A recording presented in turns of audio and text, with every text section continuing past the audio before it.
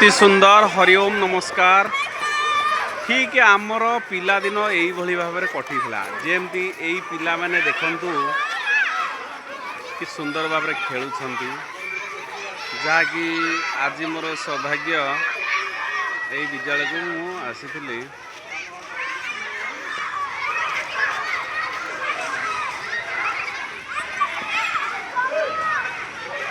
पिला माने खुशी खेलुंट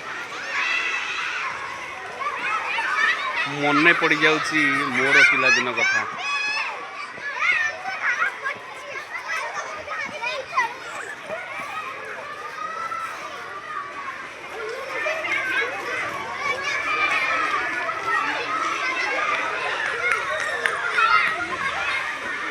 ठीक पिला बेले मुझे भाव में खेलुली पिला माने डस्टबिन रे ओलिया पकाउछंती।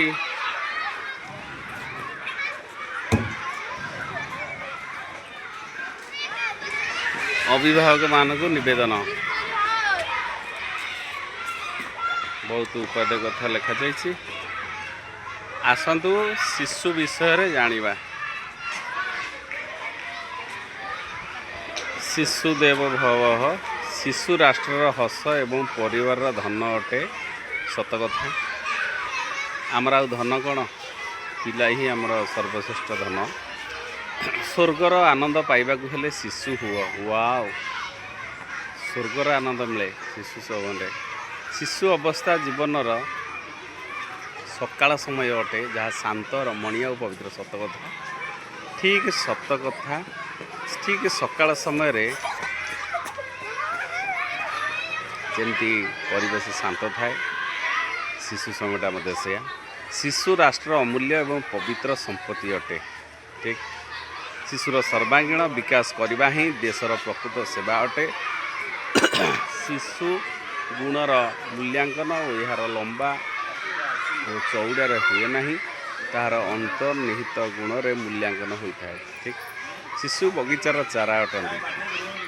आचार्य माने शिक्षक शिक्षयित्री यही चारार विकास करने बगीचार माली भूमिका तुलाइबा पड़ो।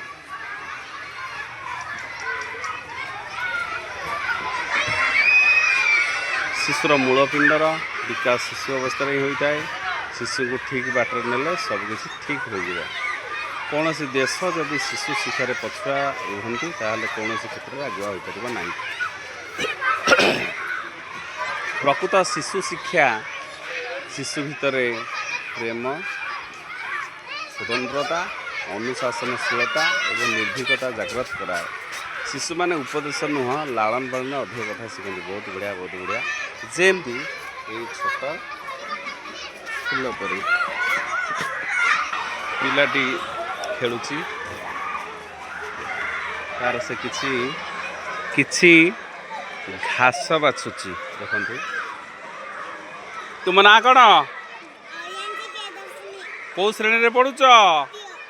अच्छा ये कौन करुच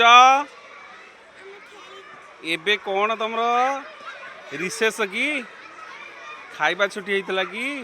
ओ आई सी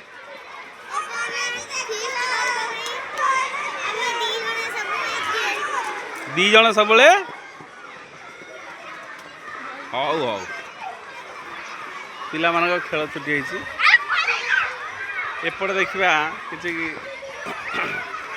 सुंदर कुंड कुंडरे फूल लगी माँ बृंदावती कार्तिक मास पूजा होती।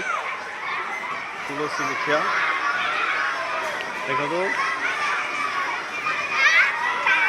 अति सुंदर गछ